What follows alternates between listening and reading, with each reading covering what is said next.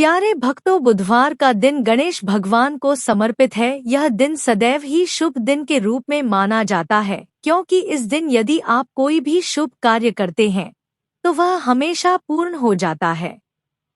किंतु कभी ऐसा भी समय आता है जब आपके कार्य बिगड़ने लगते हैं, घर में क्लेश बना रहता है, धन का अभाव रहने लगता है। किसी भी कार्य की शुरुआत करें तो उस कार्य में सफलता नहीं मिलती है। ऐसे अनेकों परेशानियां आपके जीवन में आ जाती है, जिनके कारण आपके जीवन में दुख बना रहता है, जिसका सीधा सा अर्थ है कि गणेश भगवान जी की कृपा आपके ऊपर नहीं हो रही। इसलिए आज हम आपको गणेश भगवान को सदैव प्रसन्न करने वाला एक ऐसा मंत्र सुनाने वाले हैं, जिस मंत्र से आपके घर में सदा ही सुख, शांति एवं धन का अपार भंडार बना रहेगा। बस आपको इस मंत्र को आज के दिन 108 बार श्रद्धा के साथ जाप करना है, और इस बात का विशेष ध्यान रखना है कि इस मंत्र को जाप करते समय आपको इस मंत्र को बीच में नहीं छोड़ना है। और यदि आपको लगता है कि आप इस मंत्र को जाप तो करना चाहते हैं किंतु किसी कारण से नहीं कर सकते हैं, तो आप इस मंत्र को केवल अपने मोबाइल फोन में लगाकर चलाएं। आप इस मंत्र को अपने घर, दुकान, ऑफिस या फिर जहां कहीं भी है लगाकर चला सकते हैं। ऐसा करने से आपको इस मंत्र के पूर्ण फल की प्राप्ति होगी। तो चलिए इस मंत्र की शुरुआत करते हैं, लेकिन उससे पहले आपसे एक छोटा सा निवेदन है। अगर वीडियो पसंद आए तो वीडियो को दिल से एक लाइक अवश्य करें, और हमारे चैनल शक्ति मंत्र को सब्सक्राइब जरूर कर ले, और कमेंट में जय श्री गणेश लिखना ना भूले। मंत्र कुछ इस प्रकार है। एकदन्ताय विद्महे वक्रतुण्डाय धीमहि तन्नो दन्ती प्रचोदयात्। एकदन्ताय विद्महे वक्रतुण्डाय धीमहि तन्नो दन्ती प्रचोदयात्। एकदन्ताय विद्महे वक्रतुण्डाय धीमहि तन्नो दन्ती प्रचोदयात्। एकदन्ताय विद्महे वक्रतुण्डाय धीमहि तन्नो दन्ती प्रचोदयात्। एकदन्ताय विद्महे वक्रतुण्डाय धीमहि तन्नो दन्ती प्रचोदयात्। एकदन्ताय विद्महे वक्रतुण्डाय धीमहि तन्नो दन्ती प्रचोदयात्। एकदन्ताय विद्महे वक्रतुण्डाय धीमहि तन्नो दन्ती प्रचोदयात्।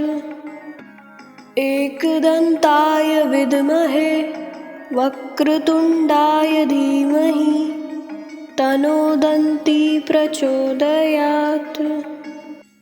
एकदन्ताय विद्महे वक्रतुण्डाय धीमहि तन्नो दन्ती प्रचोदयात्। एकदन्ताय विद्महे वक्रतुण्डाय धीमहि तन्नो दन्ती प्रचोदयात्। एकदन्ताय विद्महे वक्रतुण्डाय धीमहि तन्नो दन्ती प्रचोदयात्। एकदन्ताय विद्महे वक्रतुण्डाय धीमहि तन्नो दन्ती प्रचोदयात्। एकदन्ताय विद्महे वक्रतुण्डाय धीमहि तन्नो दन्ती प्रचोदयात्। एकदन्ताय विद्महे वक्रतुण्डाय धीमहि तन्नो दन्ती प्रचोदयात्। एकदन्ताय विद्महे वक्रतुण्डाय धीमहि तन्नो दन्ती प्रचोदयात्। एकदन्ताय विद्महे वक्रतुण्डाय धीमहि तनोदन्ती प्रचोदयात्। एकदन्ताय विद्महे वक्रतुण्डाय धीमहि तनोदन्ती प्रचोदयात्। एकदन्ताय विद्महे वक्रतुण्डाय धीमहि तनोदन्ती प्रचोदयात्। एकदन्ताय विद्महे वक्रतुण्डाय धीमहि तनोदन्ती प्रचोदयात्। एकदन्ताय विद्महे वक्रतुण्डाय धीमहि तनोदन्ती प्रचोदयात्। एकदन्ताय विद्महे वक्रतुण्डाय धीमहि तनोदन्ती प्रचोदयात्। एकदन्ताय विद्महे वक्रतुण्डाय धीमहि तनोदन्ती प्रचोदयात्। एकदन्ताय विद्महे वक्रतुण्डाय धीमहि तनोदन्ती प्रचोदयात्। एकदन्ताय विद्महे वक्रतुण्डाय धीमहि तनोदन्ती प्रचोदयात्। एकदन्ताय विद्महे वक्रतुण्डाय धीमहि तनोदन्ती प्रचोदयात्। एकदन्ताय विद्महे वक्रतुण्डाय धीमहि तनोदन्ती प्रचोदयात्। एकदन्ताय विद्महे वक्रतुण्डाय धीमहि तनोदन्ती प्रचोदयात्। एकदन्ताय विद्महे वक्रतुण्डाय धीमहि तनोदन्ती प्रचोदयात्। एकदन्ताय विद्महे वक्रतुण्डाय धीमहि तनोदन्ती प्रचोदयात्।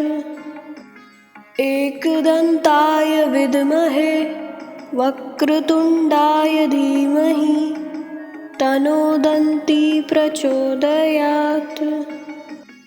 एकदन्ताय विद्महे वक्रतुण्डाय धीमहि तनोदन्ती प्रचोदयात्।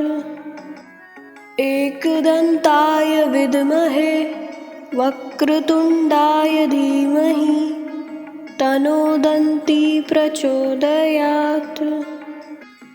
एकदन्ताय विद्महे वक्रतुण्डाय धीमहि तनोदन्ती प्रचोदयात्। एकदन्ताय विद्महे वक्रतुण्डाय धीमहि तनोदन्ती प्रचोदयात्। एकदन्ताय विद्महे वक्रतुण्डाय धीमहि तनोदन्ती प्रचोदयात्।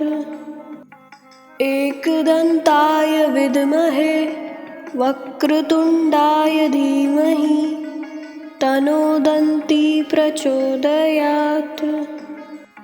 एकदन्ताय विद्महे वक्रतुण्डाय धीमहि तनोदन्ती प्रचोदयात्। एकदन्ताय विद्महे वक्रतुण्डाय धीमहि तनोदन्ती प्रचोदयात्। एकदन्ताय विद्महे वक्रतुण्डाय धीमहि तनोदन्ती प्रचोदयात्। एकदन्ताय विद्महे वक्रतुण्डाय धीमहि तनोदन्ती प्रचोदयात्। एकदन्ताय विद्महे वक्रतुण्डाय धीमहि तनोदन्ती प्रचोदयात्। एकदन्ताय विद्महे वक्रतुण्डाय धीमहि तन्नो दन्ती प्रचोदयात्। एकदन्ताय विद्महे वक्रतुण्डाय धीमहि तन्नो दन्ती प्रचोदयात्। एकदन्ताय विद्महे वक्रतुण्डाय धीमहि तन्नो दन्ती प्रचोदयात्। एकदन्ताय विद्महे वक्रतुण्डाय धीमहि तन्नो दन्ती प्रचोदयात्। एकदन्ताय विद्महे वक्रतुण्डाय धीमहि तन्नो दन्ती प्रचोदयात्। एकदन्ताय विद्महे वक्रतुण्डाय धीमहि तन्नो दन्ती प्रचोदयात्। एकदन्ताय विद्महे वक्रतुण्डाय धीमहि तन्नो दन्ती प्रचोदयात्। एकदन्ताय विद्महे वक्रतुण्डाय धीमहि तन्नो दन्ती प्रचोदयात्। एकदन्ताय विद्महे वक्रतुण्डाय धीमहि तन्नो दन्ती प्रचोदयात्।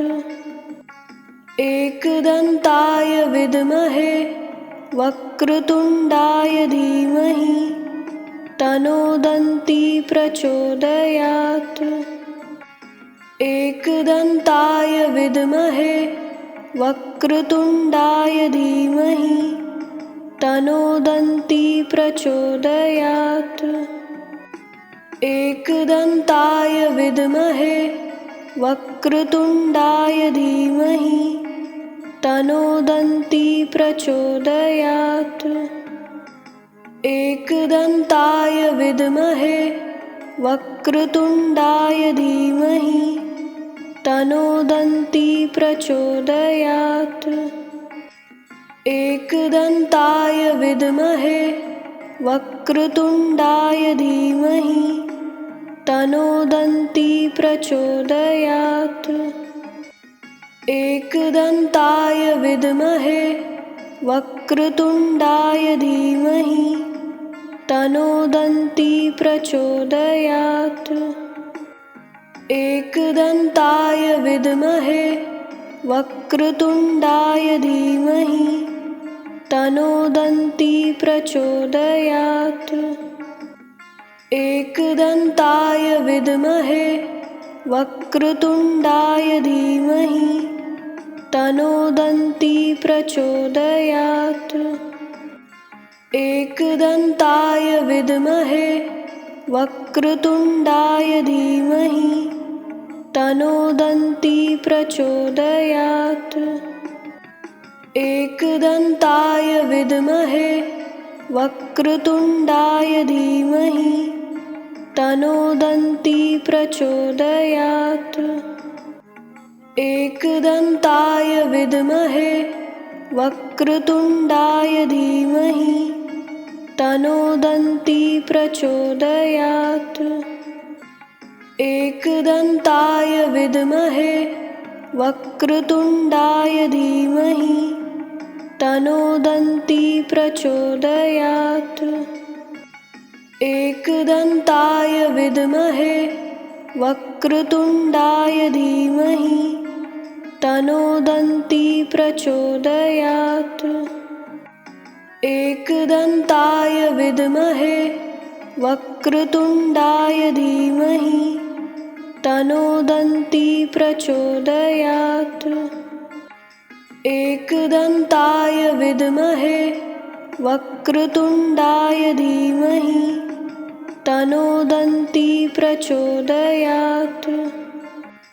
एकदन्ताय विद्महे वक्रतुण्डाय धीमहि तन्नो दन्ती प्रचोदयात्। एकदन्ताय विद्महे वक्रतुण्डाय धीमहि तन्नो दन्ती प्रचोदयात्।